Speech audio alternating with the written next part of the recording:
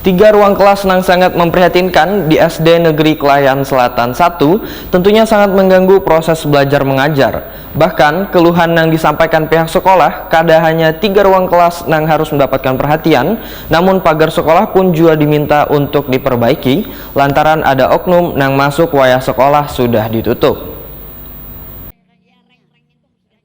3 ruang kelas yang sangat memprihatinkan di SD Negeri Kelayan Selatan 1 Jalan Tembus Mantuil, Banjarmasin Selatan tentunya sangat mengganggu dalam proses belajar mengajar. Bahkan keluhan yang disampaikan pihak sekolah kada hanya 3 ruang kelas tersebut yang harus mendapatkan perhatian, namun pagar sekolah pun juga diminta untuk diperbaiki lantaran ada oknum yang masuk wayah sekolah sudah ditutup. Kepala Dinas Pendidikan Banjarmasin Nuryadi Wetakuni Prima TV besukan Kamis 19 Mei 2022 memedahkan pada tahun 2018 dan 2019 lalu, SD Negeri Kelayan Selatan 1 Jalan Tembus Mantuil, Banjarmasin Selatan sudah mendapatkan bantuan dana alokasi khusus dari pemerintah untuk memperbaiki sarana prasarana yang rusak, mulai dari bantuan perbaikan toilet serta 4 ruang kelas. Namun dari hasil pemantauan di lapangan, ujar Nuryadi, ternyata sekolah tersebut justru terlihat kada terawat dengan baik, terutama kebersihan di lingkungan sekolah. Nuryadi menghimbau kepada pihak sekolah untuk lebih aktif dalam melakukan usulan-usulan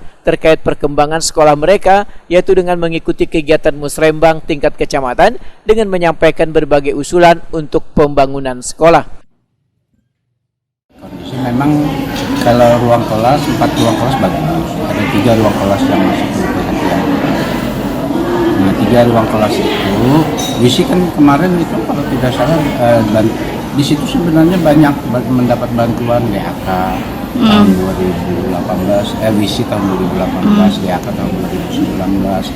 Nah, sudah dapat 4 ruang kelas sudah kita baiki. Namun kelihatan di lapangan memang ada semacam ya tidak terawat lah oleh warga sekolah itu, sehingga perlu perhatian. Nah, artinya kemarin memang kepala sekolah lama itu dipindah tugaskan. Ya, dengan itu ada sementara ini dipegang oleh PLT. Nah, artinya kita yang mencarikan ya, cocok yang baik mau berbenah, harapannya seperti itu.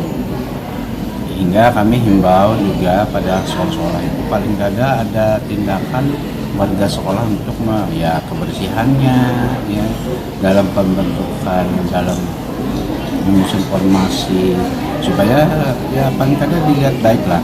Memang harapannya, memang kalau memang itu skala perluan sudah kami penuhi, ya, dari dinas sudah memenuhi bukti di pembangunan WISI, pembangunan rehabilitasi ruang kelas, itu semua baru 4. Yang 3 perlu perhatian.